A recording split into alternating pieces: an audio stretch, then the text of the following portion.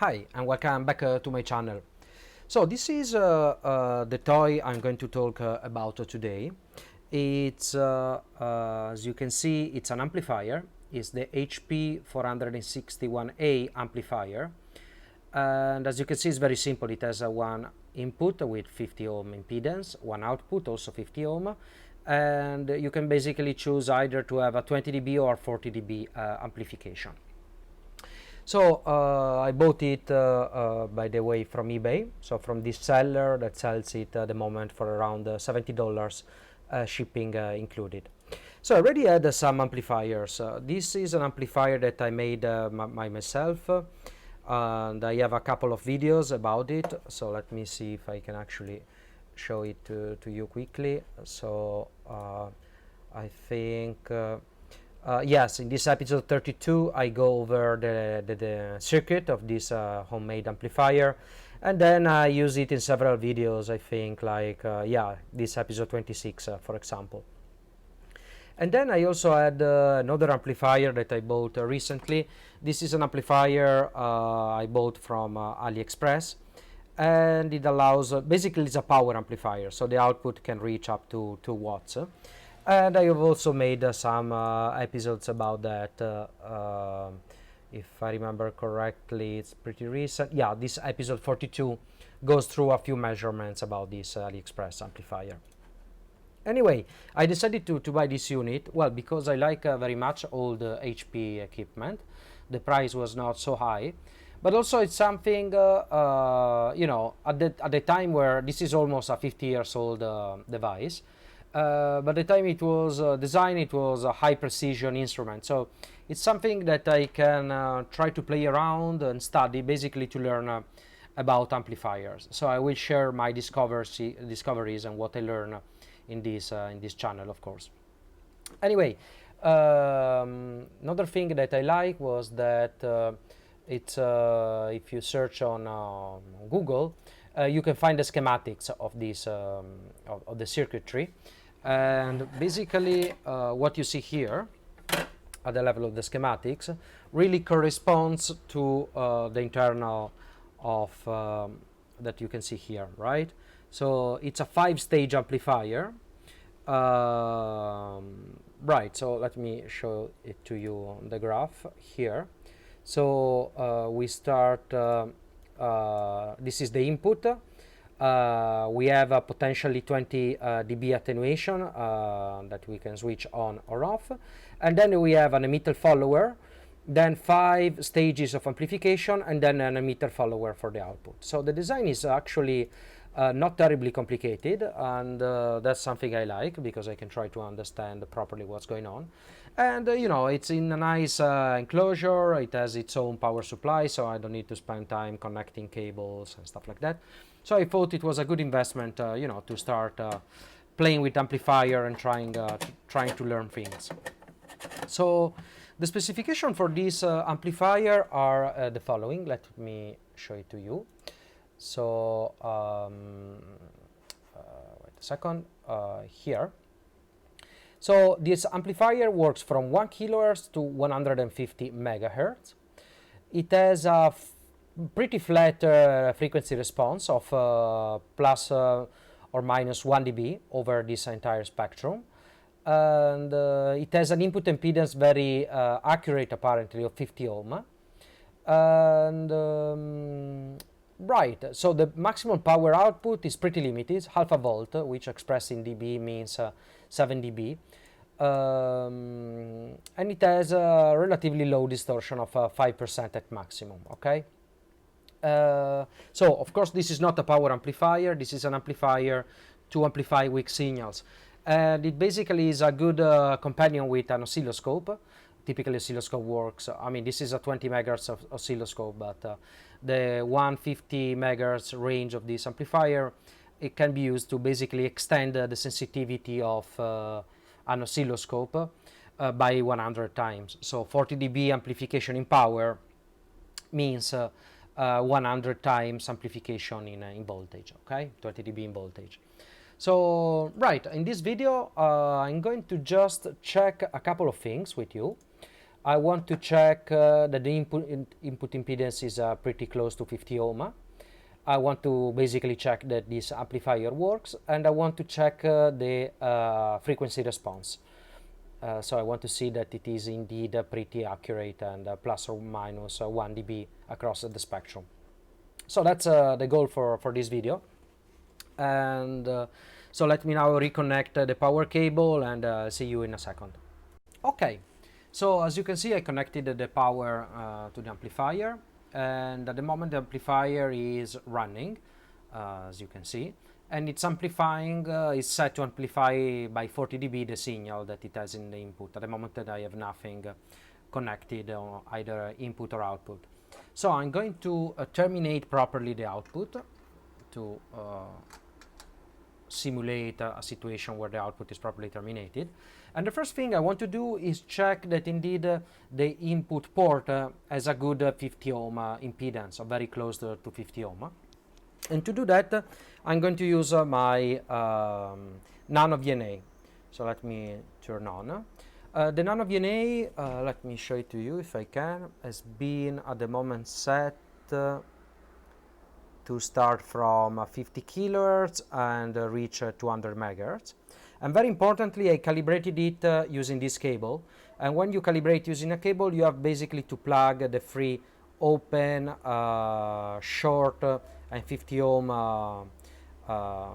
loads that you have at the end of the cable. Okay, so this is for compensate for the length of the cable. So the nano VNA knows that the input is measured at the end of the cable. Okay, otherwise your readings will not be accurate.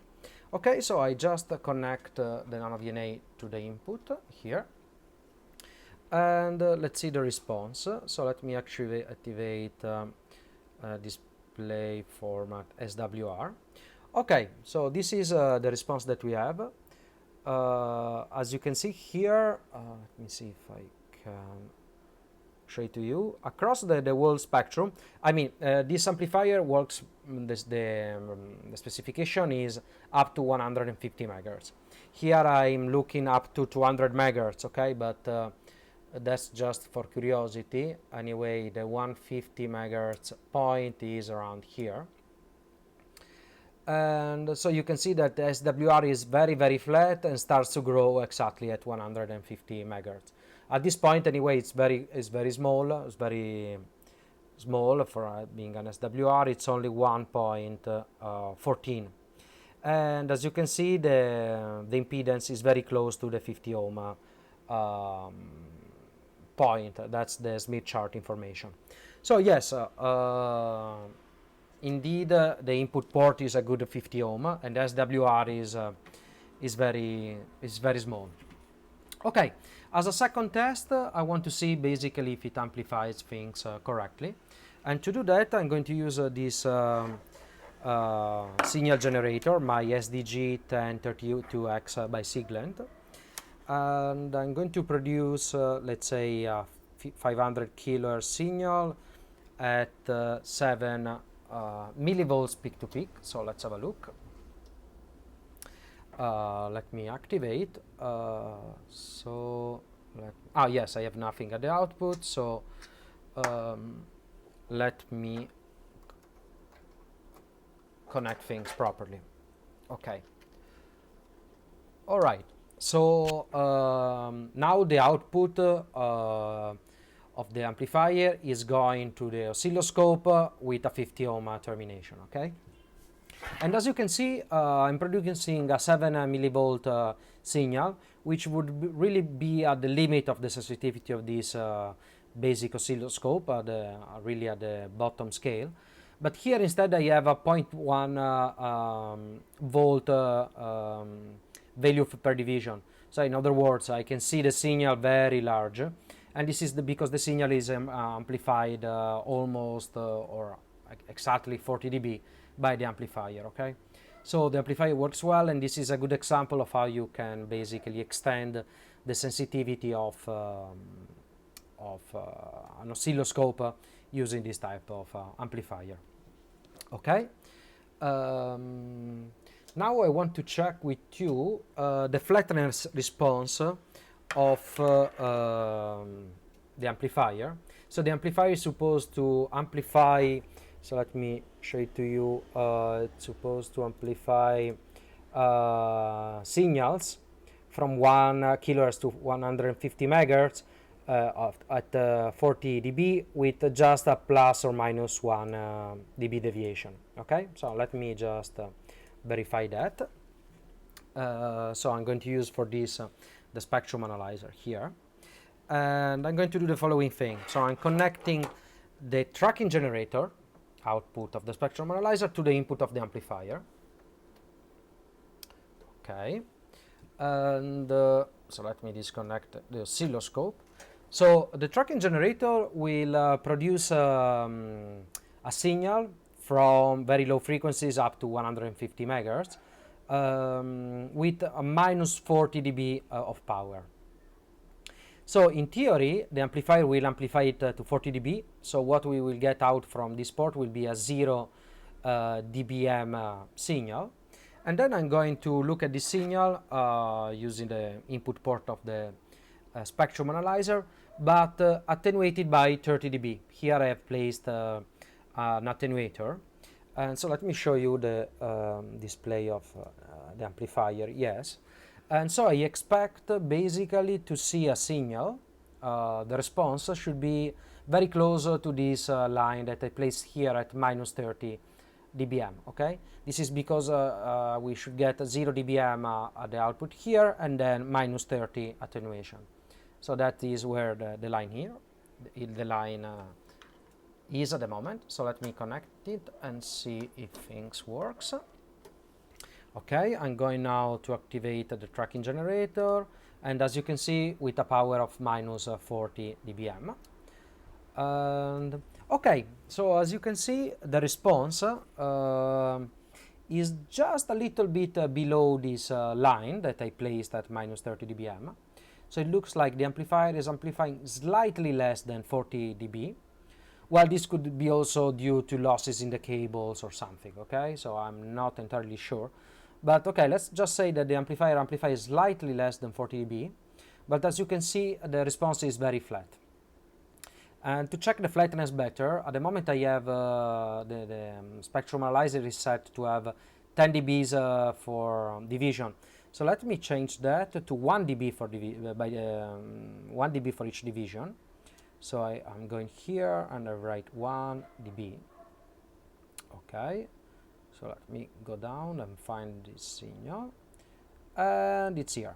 Okay, so let me place again the line that we had here at minus 30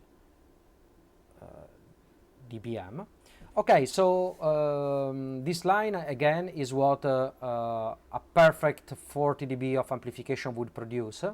And this is actually the actual response. So as you can see, we are getting more likely a 38 dB of amplification rather than 40. But it's very flat, as you can see. So across all the spectrum, we are staying within this 1 dB division.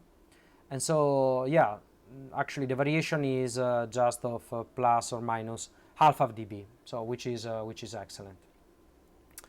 Right, so the flatness is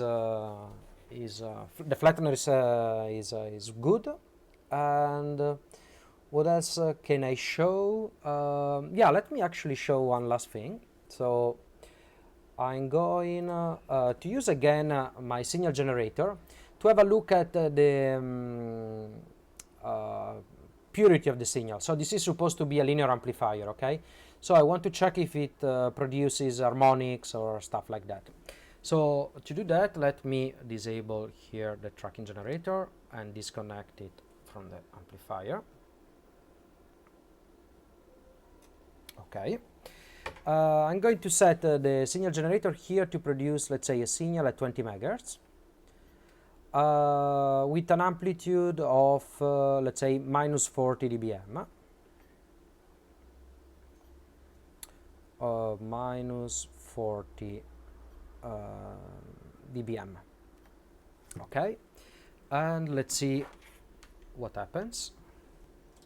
So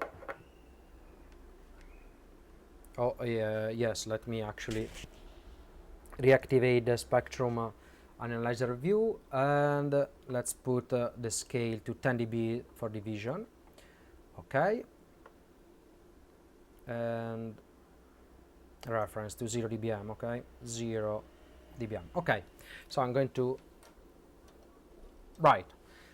So as you can see, there are basically no harmonics, right? So it's really good. And if I, this is my 20 megahertz signal, and there are basically no harmonics. Excellent. And if I actually create, let's say that I want to simulate a modulated signal.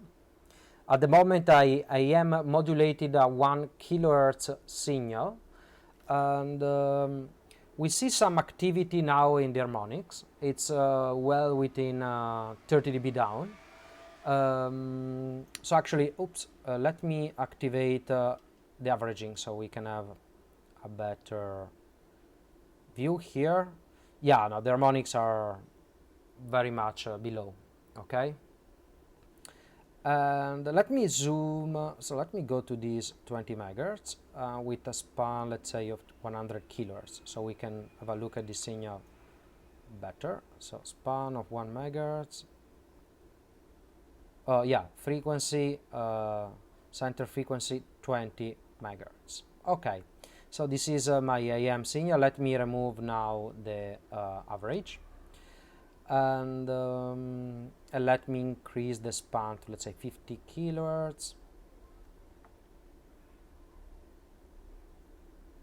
Okay, span 10 kilohertz. Let's have a look.